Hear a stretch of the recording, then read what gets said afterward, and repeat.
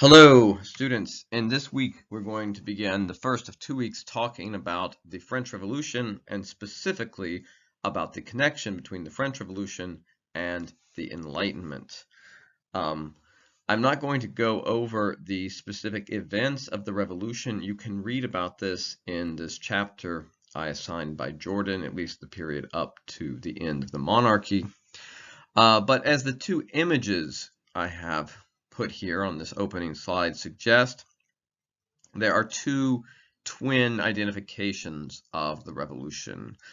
On the one hand, this painting of the tennis court oath suggests that the revolution was a great moment of enlightenment, a moment when the principles of the Enlightenment, the demands for equality, for greater liberty, were finally met and became realized. But of course, the French Revolution has the second, more disturbing association of descent into terror and self-destruction, as the revolution moved to both execute internal enemies and also to wage war on the rest of Europe, ultimately conquering much under Napoleon. So we have these ideas of both enlightenment and terror associated with the revolution, and it's our task to a certain extent to try and disentangle them and to determine to what extent was the French Revolution an event which represented the ideas of the Enlightenment. So just a quick timeline to get you started thinking about this. The French Revolution, as you probably know, began as a result of a financial crisis. The monarchy was out of money, partially because it had spent a large amount of money propping up the U.S. Revolution, and it was constrained in its ability to raise taxes on land. The monarchy had found all sorts of ways to raise money, but to tax land, to tax property, it was required to call a parliament, the Estates General. The previous Estates General had met in 1615, so 170 some years earlier, and in no one's living memory. Because Louis XVI could not get the Assembly of Notables to pass taxes without an Estates General, he reluctantly called one in 1789, and it began to meet in May in the Palace of Versailles. This meeting quickly degenerated, as you'll read. Part of the Third Estate, which represented over 99% of French people, but was only a third of the representatives at the Estates General, declared that they would become a national assembly and pass a constitution for France. And of course, in doing so, they very much were modeling their actions on the idea of the U.S. Constitution. This created a standoff which ended with the storming of the Bastille in 1789, at which point the monarchy's power effectively collapsed. The National Assembly took power, and in an extraordinary event, August 4th, 1789, the National Assembly passed the Declaration of the Rights of Man and abolished all privileges, all feudal rights, all separate courts, all separate jurisdictions. After August 4th, 1789, French people were legally equal under the law, first in European history. A constitution was subsequently passed in September of 1791, but as a result of a variety of external and internal crises, this constitution did not last. And in August 10th, 1792, the Paris Commune, supported by the poor Parisians, the so-called sans-culottes, attacked the Tuileries Palace, arrested the king, and officially abolished the monarchy, beginning a period of pure republic, which has, with some interruptions, lasted until today. I wanted to quickly talk about the Declaration of the Rights of Man and the Citizen because he can see here some of the influences of the Enlightenment, and also, of course, very much the influences of the U.S. Declaration of Independence, which was a major influence on European politics. And of course, we can always note that the claims in these documents are not borne out by reality. So, of course, the U.S. Declaration of Independence says that all men are created equal, when in fact the Constitution enshrined slavery and counted African slaves as 3/5 of a person for the purpose of enumeration. So the high-flying rhetoric of these documents ends up creating the pretext for later extensions of rights. But looking at the Declaration of the Rights of Man, we have a much more Rousseauian language about the general good and the sovereignty of the nation. A significant point of the French Revolution, which differs from the U.S., is the idea that sovereignty is in the nation. Who that nation is and how they're constituted is a bit of a trickier question, especially in France, where only 1/2 of the population could actually speak French, and many people were fairly unaware that they were supposedly French. So we have liberty, property, security, and a resistance to oppression as the rights of man, as opposed to life, liberty, and the pursuit of happiness in the United States Declaration of Independence. Of course, the U.S. Declaration of Independence and the subsequent U.S. Republic, founded in 1783, did not have to deal with this issue of social inequality. No one in the United States was a noble, for the reason that nobles didn't immigrate to the United States. Why would they? The U.S. was a place created where people already were equal and did not have the problem of creating social equality, which was a problem faced in France and in other European states. Now, what I want to talk about is how the French Revolution was and has been perceived. Already in 1790, the English jurist Edmund Burke began to criticize the revolution by claiming that the French revolutionaries were too abstract. They saw the rights of man and human rights, and he said this is just simply not a concept that is enforceable.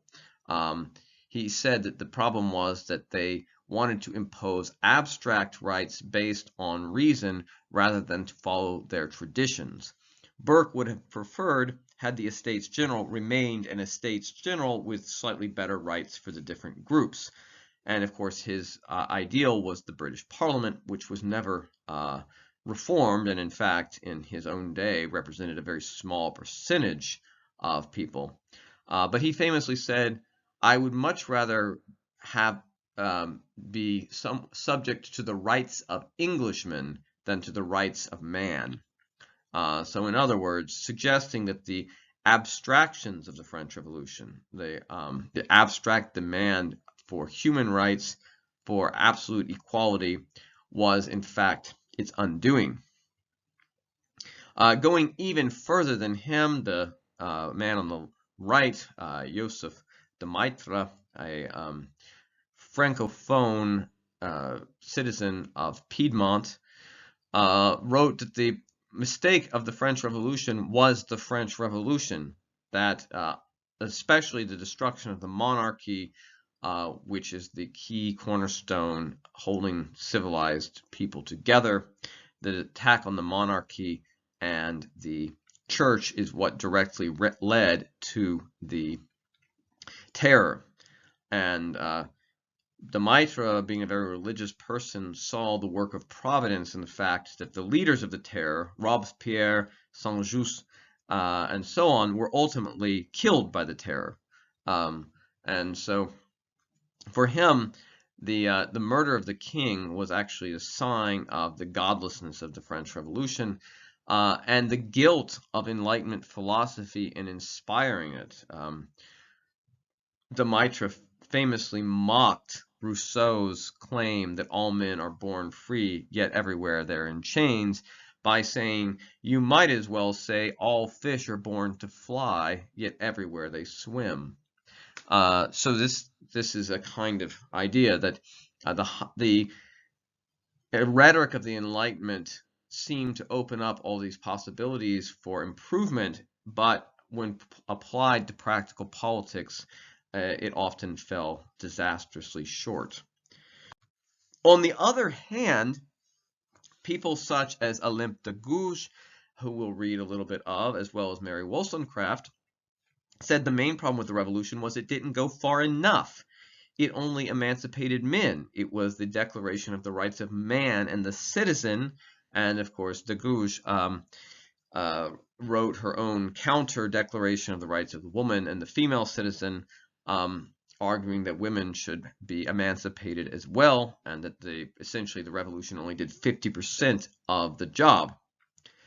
Ironically, de Gouges was a royalist. She wanted more rights for women under a constitutional monarchy. So she was part of the faction of the French Revolution, which was not insignificant, that hoped to retain a constitutional monarchy. And when she was executed in 1793, it was not because of her preference for women's rights, but because of her stance as a royalist. Nonetheless, as a result, her ideas were tarnished and unrealized. Taking a little bit of a step further out, we need to think about what the revolution was understood to mean. What was the ultimate meaning of the revolution? Why did it happen? And what was its lesson for history? Already at the beginning of the 19th century, the philosopher Hegel saw the revolution as the working out of what he called the world spirit. The basic idea of freedom was being realized through the French Revolution. And he understood that the changes taking place in the French Revolution were irreversible and represented a kind of historical movement, placing humanity into a new epoch. Karl Marx took it upon himself to follow this idea, seeing the French Revolution as the signal of the transition from the old feudal regime to the new capitalist regime of the industrial world. And here's a quote from the Communist Manifesto.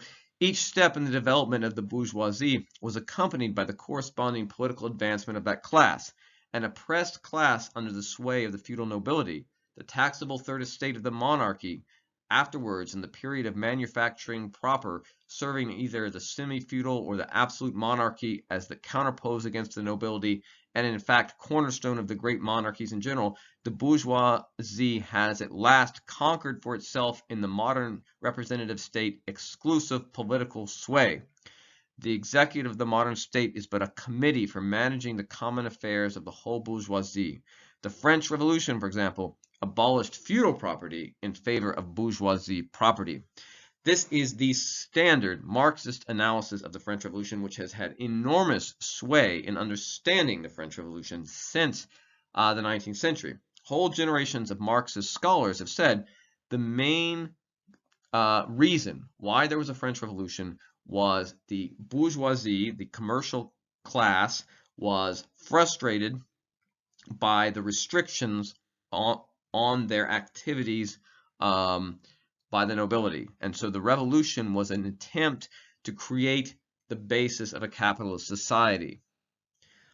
This explanation is compelling, but in many ways it's quite wrong. If you look at who the revolutionaries were, people like Robespierre, like Barrère, Saint-Just, even Brissot, of the different factions, all the revolutionaries did come from the cities. That's true. Even people representing peasants were often, by their occupation, of the urban estate. but they were not bourgeoisie. They were not capitalists. They were not owners of industry or owners of the means of production. They were lawyers. They were journalists. They were government officials. In other words, the people who made the revolution were in no way thinking in commercial terms. They were thinking about improving their own situation and about, in fact, dominating the bourgeoisie to a certain extent. So the sort of Marxist analysis of the French Revolution, which really played a major role in most interpretations through the 20th century, lacks some key explanatory points. We should also mention that France did not really become a truly capitalist state until the middle of the 19th century, well after the French Revolution. Another interpretation of the French Revolution was given by Alexis de Tocqueville in his French Revolution and the Ancien Regime. He says that the goal of the French Revolution was the suppression of so-called feudal institutions and their replacement with a new social order based on equality for all. Contemporaries such as Burke, who thought the French should hark back to the ancient constitution, did not appreciate that the goal was precisely to destroy the ancient constitution. And so for Tocqueville, it wasn't about capitalism, it was about equality and about the extreme inequality of the pre-revolutionary French state. Tocqueville, following Burke, though, did criticize the Enlightenment thinkers as men who had no practical political experience. For him, the reason that the French Revolution degenerated into what we might call anarchy and terror was precisely the lack of political experience of most of the major revolutionaries and their tendency to look to abstract solutions and follow kind of ideological precepts rather than practical politics. And of course, people have made a parallel with the Bolshevik Revolution as well, since most of the Bolsheviks also had no political experience before they came to power either. So Tocqueville also makes the point that the main achievement of the French Revolution was the creation of a giant state, of a stronger and more potent centralized state than had existed before. And he says that the problem is that this state has become sort of self-governing in the sense that it no longer really requires democratic legitimacy. And noting that there had been a French Revolution in 1830 and again in 1848, he said that every time the French rise up, all they can do is graft the head of liberty on a servile body, because the body is run by the machine of state. So for Tocqueville, the French Revolution was hardly something to celebrate. It was a fact that could not be reversed, but it had many unpleasant consequences for human liberty, and he saw it as, in fact, a negative in terms of liberty. Well, we can discuss in class what you think about these interpretations, and in particular how you see the connection between some of the ideas expressed and some of the earlier concepts we've talked about in class. Thanks.